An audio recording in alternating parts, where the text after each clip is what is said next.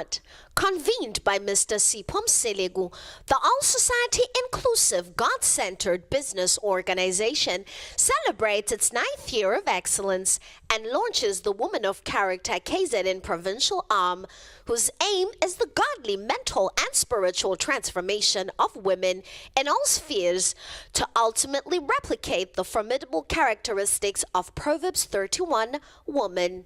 In an interview with KwaZulu-Natal Woman of Character leader, she lets us in on the provincial footprint strategy and community outreach plans. I have got to give God all the glory because it is Him who enabled me to run like you've seen me running. So it has been a learning experience. It has been a growing experience for us as a province, and we are very grateful.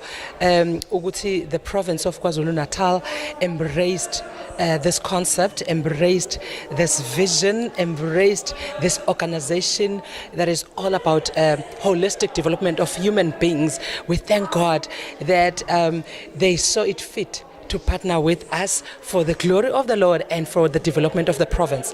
This conference, it had 3 purposes. So it was a 3-in-1 type of event.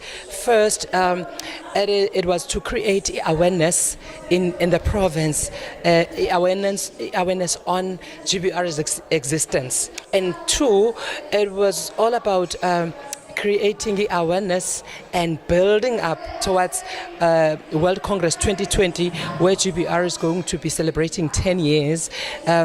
We will be having a 10-day event instead of 5. Then lastly, we wanted to present GBR provincial structure. And by the way, we're the first province to be launched as a province. Other provinces, they launch chapters, but KZN, because we are KZN, a place of birth, we're launching a province for the very first time. One of the themes were entrepreneurship education.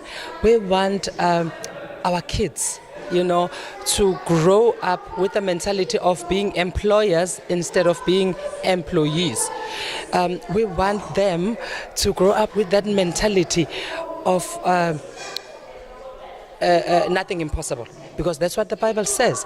This is the Women's Conference, particularly aimed at empowering women. This city is led by a woman mayor. It's a metro led by a woman mayor who's also an anti-chairperson in this region. Wow. So that's a very huge responsibility that God has entrusted upon her. But secondly, even the deputy mayor is a female. Wow. And the chief whip. Wow.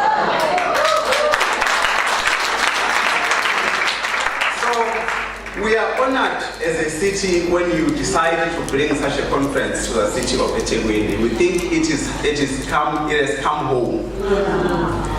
The city, of course, ladies and gentlemen, last year when the GBR executive approached us to partner with for this launch, we said, you know what, we recognize the sterling contribution of women in our society, and it wouldn't really make sense for us to say no.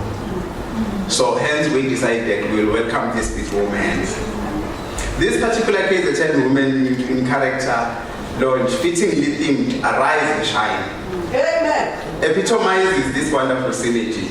Like eThekwini, amongst numerous upliftment initiatives, the Global Business Roundtable advances the national democratic revolution by empowering women, youth, and especially all vulnerable groups in our society to participate in the mainstream economy. Some people have always held a view that politics and religion or politics and faith don't mix. But some people have held a view that indeed they are interrelated. Because if we look at politics, and in it we identify only power, we miss a point. Politics is not only about power, but it is about service to the people. If we are alive to that fact, then we'll see that it is actually interrelated with the mission to improve the quality of lives of the people that God has entrusted on us as leadership.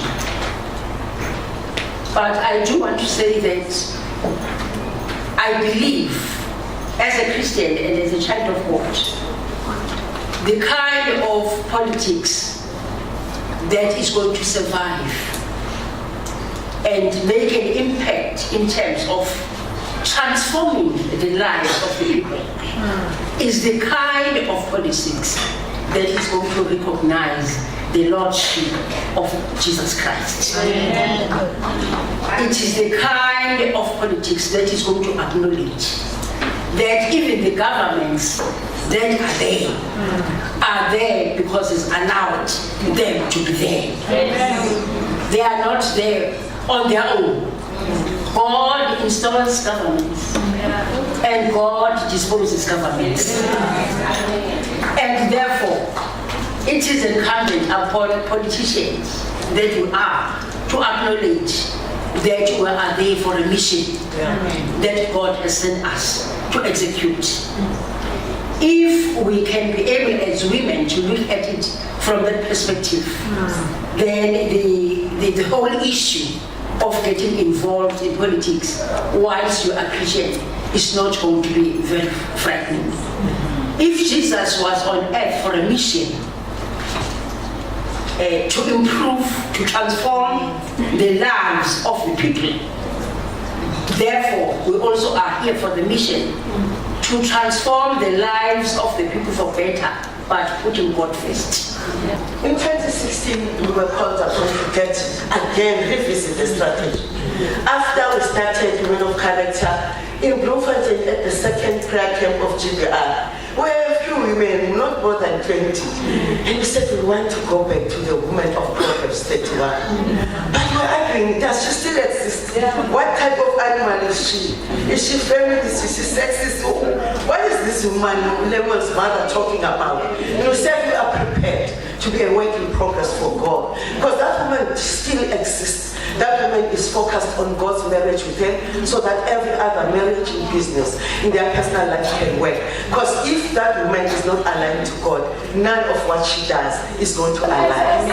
Arise and shine, for your light has come. We are not arising in our strength. Our identity, that's number one, is in Christ Jesus, the hope of glory. The Jesus that died and rose again. The Jesus that has power. Now, who is that light? If you go to the book of John chapter 1, just write the scriptures. You will read them at home because we just want to get as much.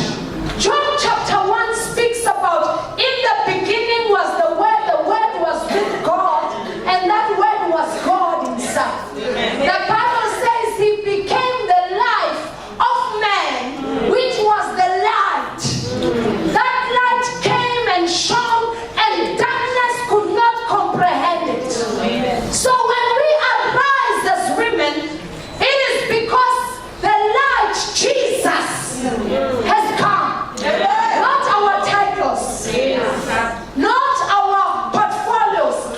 That is a small piece that has come to add.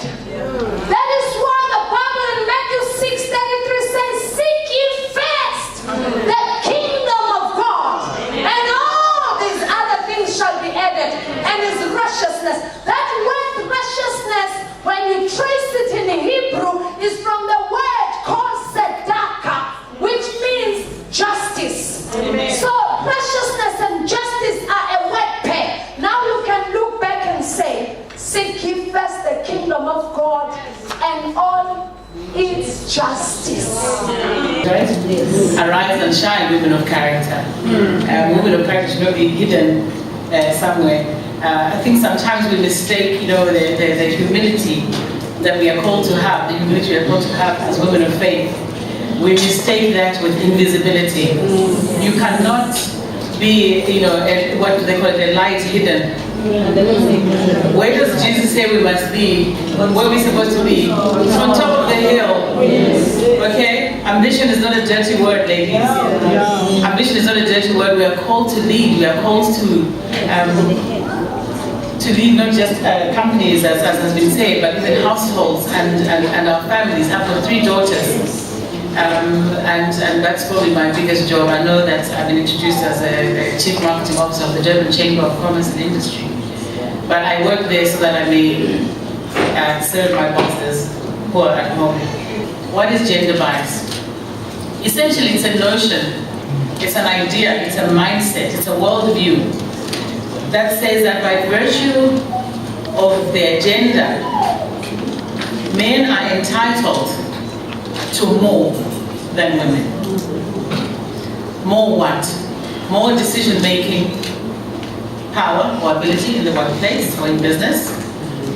More influential or powerful positions. Higher pay for the same work done. Greater recognition or respect for their achievements or the things that they accomplish. You see that in terms of the media coverage that men will get for work that is equally the same, or if not higher importance for what women are doing. Is this just an idea that we have? Are we just feeling sorry for ourselves? Are we wanting a club of crybabies, women huddling in the corner and saying, men and the boys are not playing nicely? No, it's not about that. It is founded on fact, what I'm saying. In South Africa, a study in 2016 indicated that there's a 27% pay gap between men and women. Why does it matter for us to have this kind of conversation? I'm not here to start a war. I don't hate men. I love men. Some are, they say, some of my favorite people on the planet are men. My father, my brother, my husband. I like people I collaborate with. And of course, there are also women who say, no, gender bias is not me. Yeah, I'm just a woman. I just do my thing, and I don't know what they're talking about when they say there's something called gender bias. You're very blessed if you are one of those, but unfortunately they're in the minority. The majority of women still have to get over the fact that they have got breasts before they can start talking about business. They have to get over the fact that they're female before they can talk about be taken seriously on the transaction table. How do we deal with this? Understand who you are, understand whose you are, and who you represent in the position that you hold. Who do you represent in the position you hold? And then start as you plan to proceed. Present yourself the way you wish to be addressed. Leave no room for misinterpretation. And where there is still misinterpretation or someone taking a chance, set them straight very quickly. So that you don't have that space. Learn from men. Don't shrink back from demonstrating your value to an organization, in a transaction, in business. Quantify it. Quantify what you bring to the table. I read a beautiful meme. It says, "You asking me what I bring to the table? I bring the table." So we need to learn from men. Men act like they brought the room. Never mind the table in the room. That's our level of how to present yourself. Please do not mistake humility, the correct Christ-like humility, with being and the meekness that we are called to have, with being downtrodden. Don't. Please go back to the word and see what exactly, you must read these things in context. And don't throw away the task that the Lord has given us because we're trying to fulfill some measure that He never even put in place for us. Why are you downplaying your contribution? That's part of the reason why they also don't take it seriously, because we are constantly we think in the name of humility we must not say what we've done, because we're told that, nice girls don't brag. It's not bragging, you're presenting facts. You're presenting facts. I was a person who did this and this and this and this, and I'm very proud of it, and thank you for the acknowledgement. That's all you have to do.